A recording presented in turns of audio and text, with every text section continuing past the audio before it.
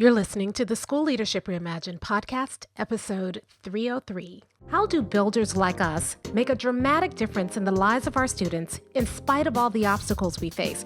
How do you keep your vision for your school from being held hostage by resistant teachers, uncooperative parents, ridiculous district policies, or a lack of time, money, or resources? If you're facing those challenges right now, here's where you'll find the answers, strategies, and actionable tips you need to overcome any obstacle you face. You don't have to wait to make a difference in the lives of the people you serve. You can turn your school into a success story right now with the people and resources you already have. Let's get started. Hey builders, welcome to another episode of the School Leadership Reimagined podcast. I'm your host, Robyn Jackson, and I'm really glad you're here. I'll tell you why. March is a tough time. In fact, if I'm really being honest, March is my least favorite month. The weather is really weird. By now we're all tired of winter. March doesn't have enough big holidays in it, so I know that it's the beginning of spring, but there's just a lot of rain and a lot of wind. And I still remember as a teacher and as an administrator, March was the hardest month to get through. In fact, I've given it a name. This period between winter break and spring break, I call it the Spring Slump. And today I want to talk about why it happens and how we can overcome the spring slump so that instead of just kind of holding on until spring break, we can actually achieve some momentum towards your vision, your mission, your core values for your school. You see, the spring slump is predictable, right?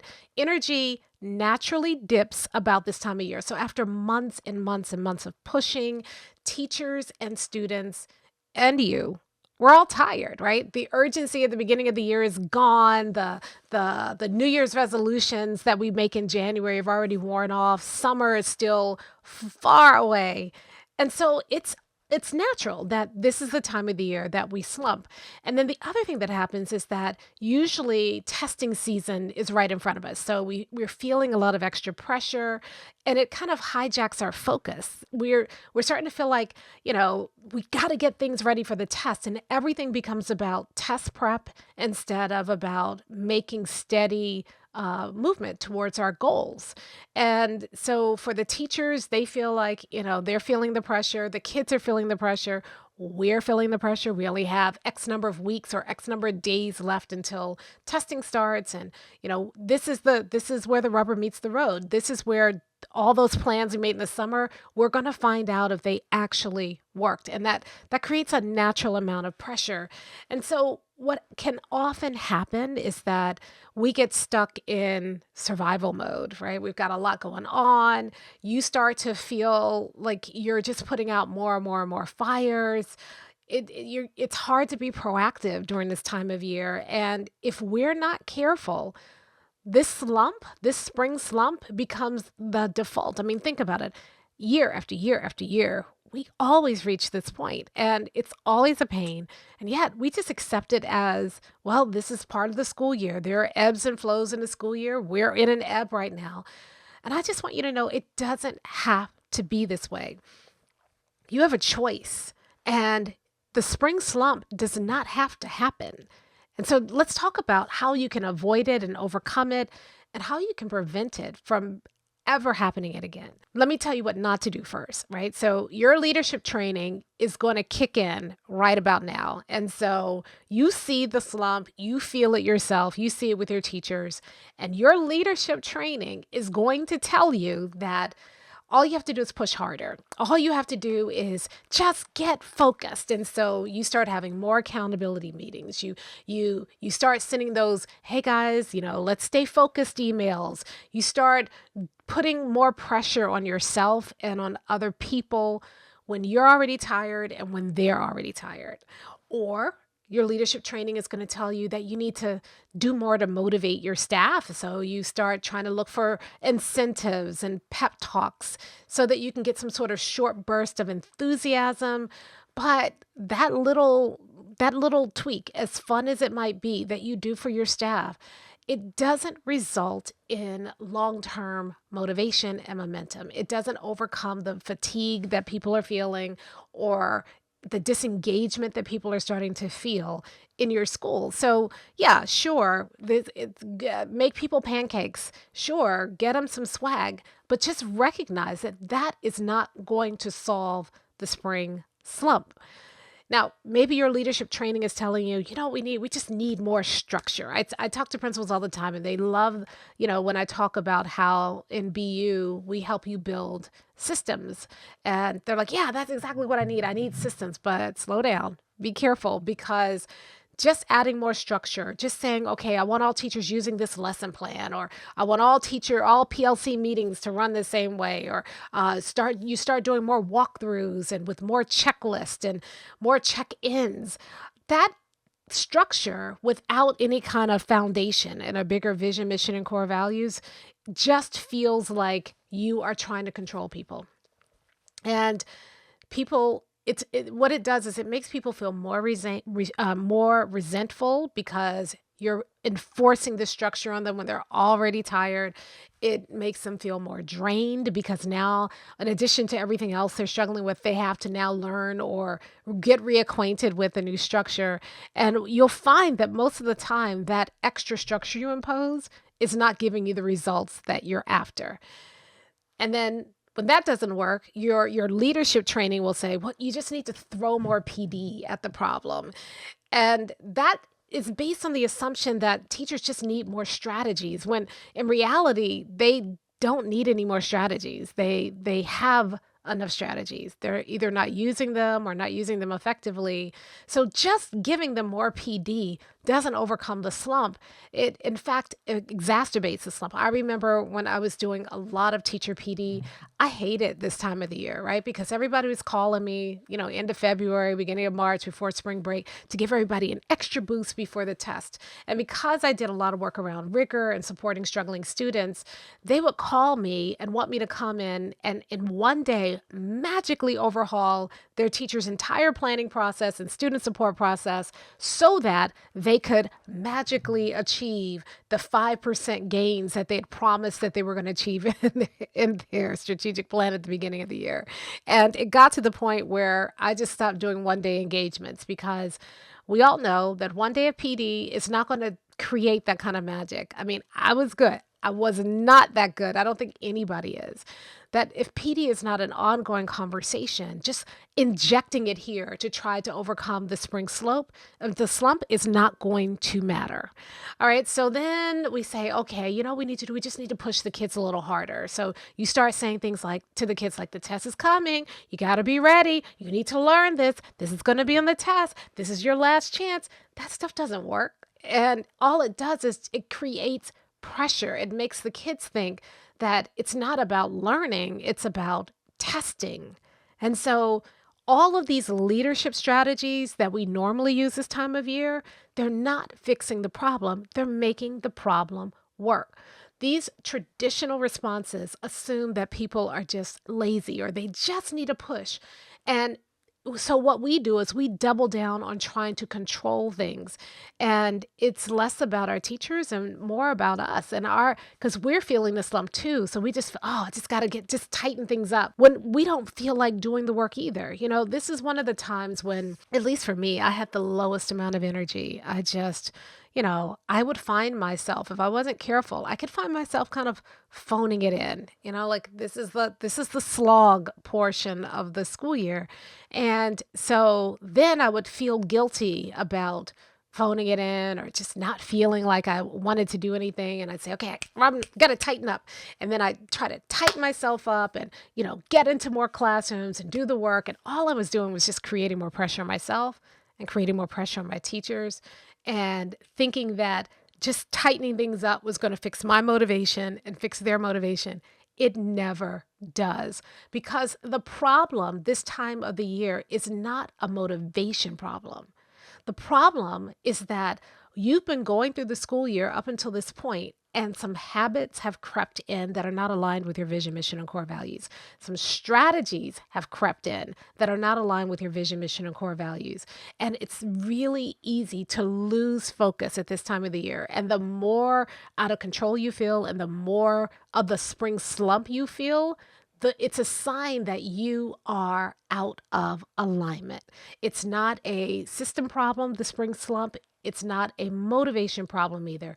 It's an alignment problem. And it's not about getting your people aligned. It's about getting the work aligned. Right. So this is what builders do instead. So instead of trying to motivate teachers and give them the pep talks and, do all those other things that we think are going to boost morale, what builders do is they use this as an opportunity to re-anchor in their vision. So they're looking at the work that people are doing right now. When they're going into classrooms and they're sitting in meetings, they're asking themselves always this question: is this the right work right now? Is this where we need to be focusing right now? You see, the slump often happens because teachers feel like they're grinding away at tasks that don't really matter. And in a lot of cases, they are. So, what builders are doing is we're saying, we understand that this is not a motivation problem. This is an alignment problem. If people are not motivated, it's because we've gotten misaligned somewhere. So, they're looking for where we're misaligned. And instead of asking teachers to do more, we're helping them focus on what actually matters most. So this is an opportunity for you to start doing some vision checks so that teachers can filter out the non-essential work. Normally one of the things that happens during the spring slump is we look up and we realize that we are no longer building. We're no longer doing the work. We're just doing a whole bunch of chores. And the chores are chipping away at our motivation.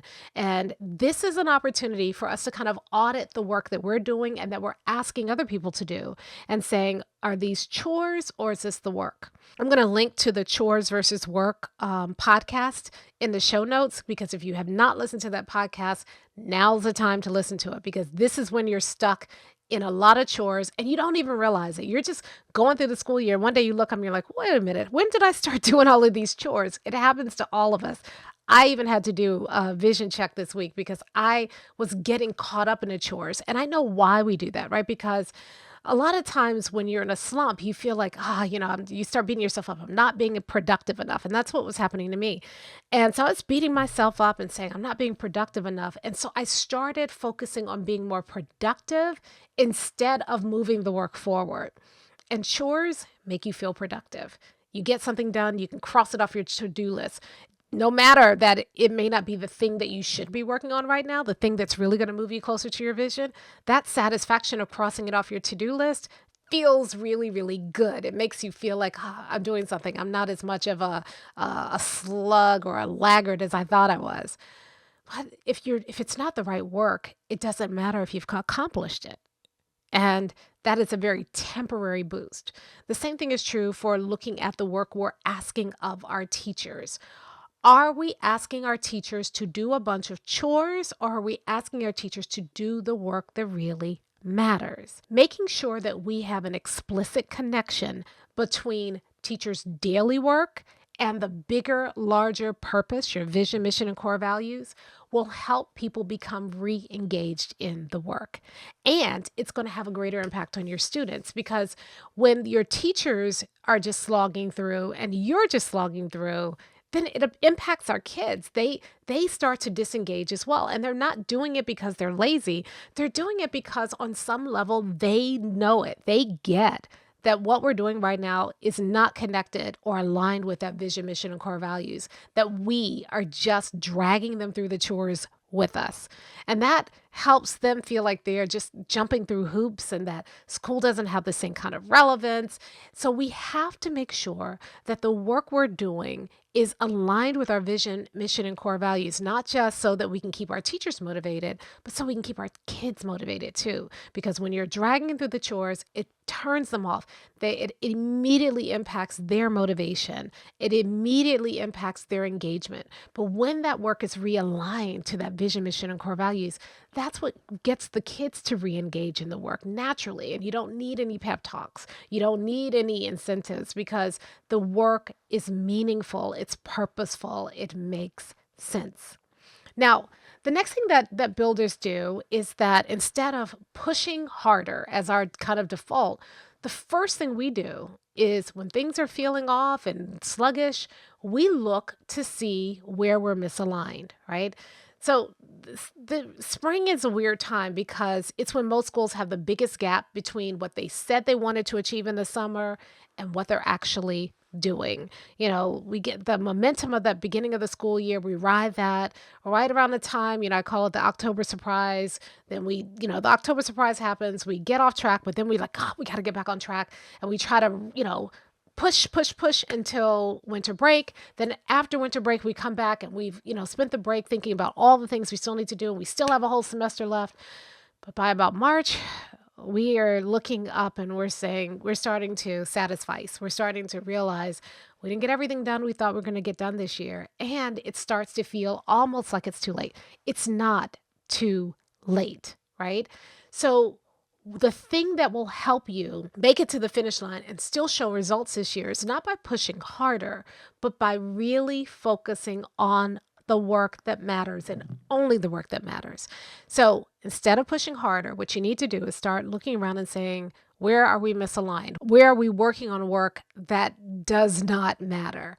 And when things feel like they are harder than they should be, the answer is not to work harder. The answer is to pause, check where your work is out of alignment with your vision, remove the work that is out of alignment so that you can focus only on the work that is moving you towards your goals.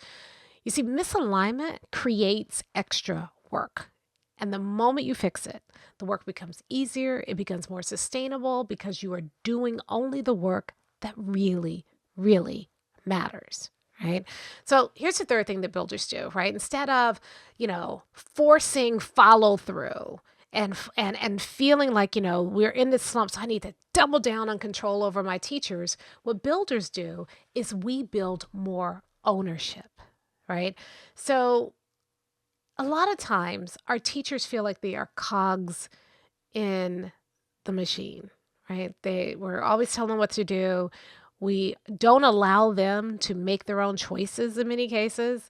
And when we start feeling the pressure, we immediately transfer that pressure to the teachers, and that's not fair. What we should be doing instead is that when you feel like you're in the slog, now is a time to look and see, instead of trying to take more control, it's a time to make sure that you're building ownership in teachers. Because if you're pushing, then you're responsible. But if they are pushing themselves, they are responsible. So this is a time to get teachers engaged in auditing their own work and connecting everything that they are doing and that they want to do with your vision, mission, and core values. This is time for your teachers to stop being in compliance and you to stop having compliance conversations and get them recommitted to the vision, mission, and core values. Because when they feel like they have a choice and when they feel like the choice that they have is really a meaningful choice, then teachers can begin to take ownership. Then teachers can begin to self-assess and take responsibility for their work, right? When you create autonomy and ownership, you create accountability. And people will be more engaged when they feel like they have more ownership. And the bonus for you is you don't have to spend all of your time running around chasing, checking, and correcting everybody in order to ensure that things are working. Now, the last thing that builders do is that they don't fight the slump. Remember I said at the beginning, the slump is natural. This is the time of the year. We're all feeling a little bit of slump right now. So don't fight it. This is an opportunity for a strategic reset, right? This is an opportunity to revisit and re-energize everybody around your vision. One of the mistakes that people make is they share their vision once and then they put it on some stationery and they don't talk about it. Your vision is a living thing. It's a living thing that you have to nurture and feed. So the thing I tell people inside of BU all the time is you want to be a broken record, telling that vision story over and over and over again, updating the vision story depending on what's going on with your people at that time, and connecting their concerns, their challenges, and their desires to the bigger vision for your school. Right? So you want to really take this as an opportunity to double down on your vision and mission and core values, and also to audit the work that you're already doing. So this is the time to build into the work that you're doing to start asking yourself, what do we need to cut out? We've been trying a couple of things all year. What do we know isn't working? Let's cut it out so that we can focus on the work that truly matters. What has worked amazingly well and we should double down on? And if we cut out this nonsense over here, we can focus on this thing that we already know that works so that we can have a huge victory this year. What are the small shifts that we need to make right now to help us finish the year strong? And having those conversations helps get you out of the slump and get you strategically thinking about how to do the rest of the year. So don't resist these natural dips in energy. Use them to refocus you and your team on what matters most. You see, the spring slump is real, whether you want to admit it or not. We all have felt it before. But it doesn't have to be this time of underproductivity and increased pressure and, defaulting into survival mode and letting those leadership habits that are so hard to shake start to creep back into our practice and just holding on till spring break. It doesn't have to be this way. The spring slump, where our energy naturally dips, is a great time for a reset. And so I want to challenge you this week to reset, to recognize that you're dealing with or going into a spring slump, and then take the four strategies we talked about today and implement them, doubling down on your vision and giving people more ownership and using this as an opportunity for a reset and really going through and doing that audit of the work and finding out those areas of misalignment. If you do that, then you can leverage the spring slump instead of just surviving it. So that's kind of what you do for your school. But now I want to talk about what it does to you, because the spring slump is impacting your school, but what we often don't talk about is how much it impacts you. Because in many cases, you're going through the spring slump all by yourself. You feel like you're the only one who is keeping things moving or can keep things moving. Everything's falling on you, and you're the only one that's still trying to reach your goals this year, where everybody else has started to mentally check out. And so if you're feeling that way too, then first of all, I want you to know that you're not alone. And second of all, that's not a sign for you to push harder. It's a sign that you need to take a step back and get yourself back into alignment with your vision. Remind yourself about your mission and why this is so important. Remind yourself of those core values and why they're non-negotiable for you. Don't carry all the weight alone. That's not required of you, right? Instead, recognize that there's a spring slump, do things to encourage yourself, and then put things in place so that you can intentionally work through the spring slump and your staff takes ownership of their work so that the work sustains itself. You see, the difference between being a leader and being a builder is that leaders rely on their own motivation to push through. They rely on their own motivation to carry other people, and your own motivation is feeble, right? Builders create a structure and a community that helps people stay engaged naturally. So even when you don't feel like it, when you put the systems and structures in place, they will not only encourage other people, they will encourage you. So traditional leadership is telling you during the spring slump, well, you just need to push yourself harder. You just need to push other people harder. But what Buildership is saying to you is that you need to remove the friction, the things that are slowing you down, and get everybody realigned to your vision, mission, and core values so they carry the work. It's not about you pushing. It's about you creating conditions so that people can survive and thrive even in the middle of a spring slump. Now, here's the thing. This is not just a way to survive March.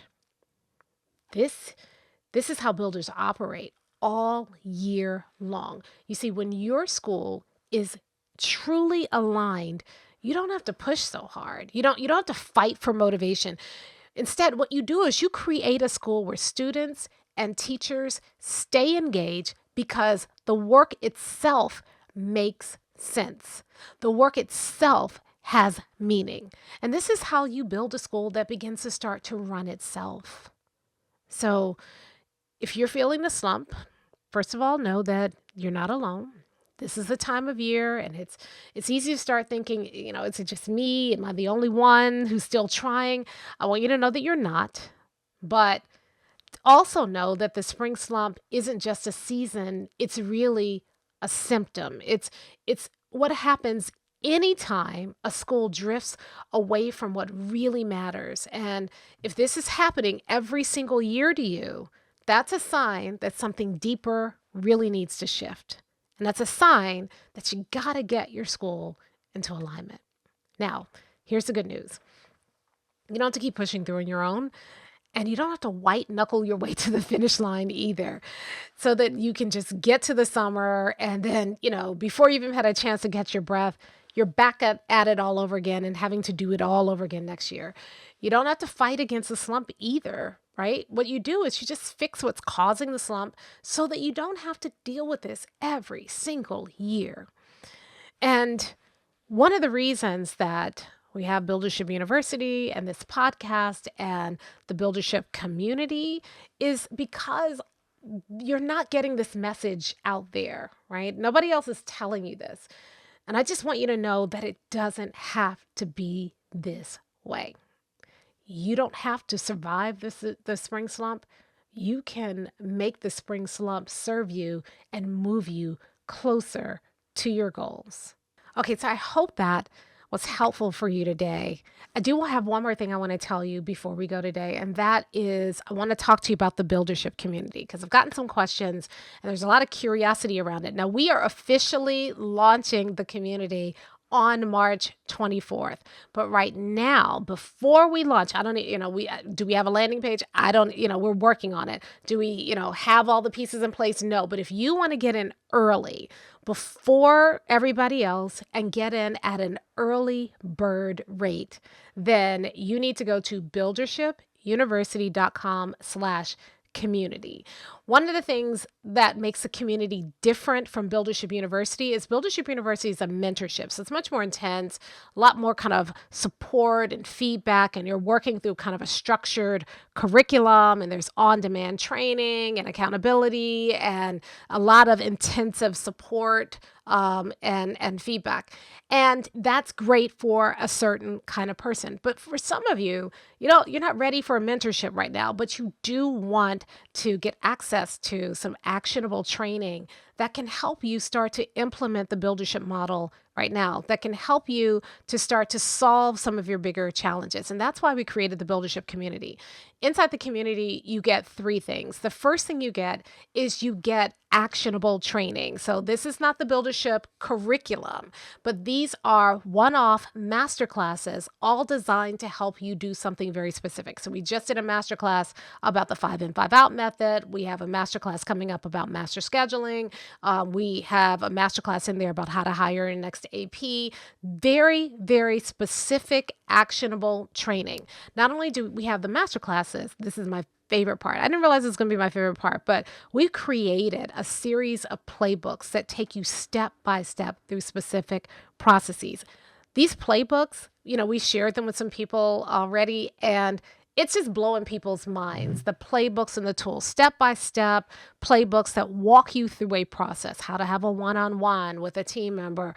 And so you don't have to figure it out by yourself. Not only that, we have all the tools that you need to do that process. So the 5 in, 5 outs, we have a playbook, we have the training, we have the tools, everything you need inside of the community. So you get the playbooks, you get the training, and then the last piece you get is the community itself, being around other people who are builders. So you don't ever have to feel like you're alone. You can ask questions and share your wins. And unlike your colleagues who may be a little jealous of you, inside the Buildership community, you have people who are cheering you on.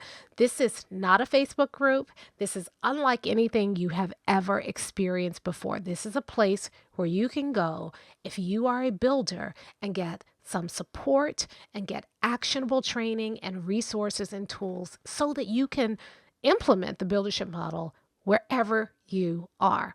Again, the early bird rate is available until March 23, and then it goes away. And then and you can still join after March 23, you just can't get the early bird rate. The nice thing about the early bird rate is you lock it in for life. So if the membership price goes up, you still pay the early bird rate. And we have people who joined BU and they are still paying the early bird rate for BU, and BU is worth 1,000 times more now.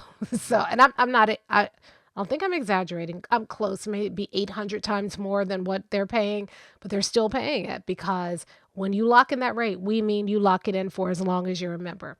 If you want to grab the early bird rate, go to buildershipuniversity.com/community.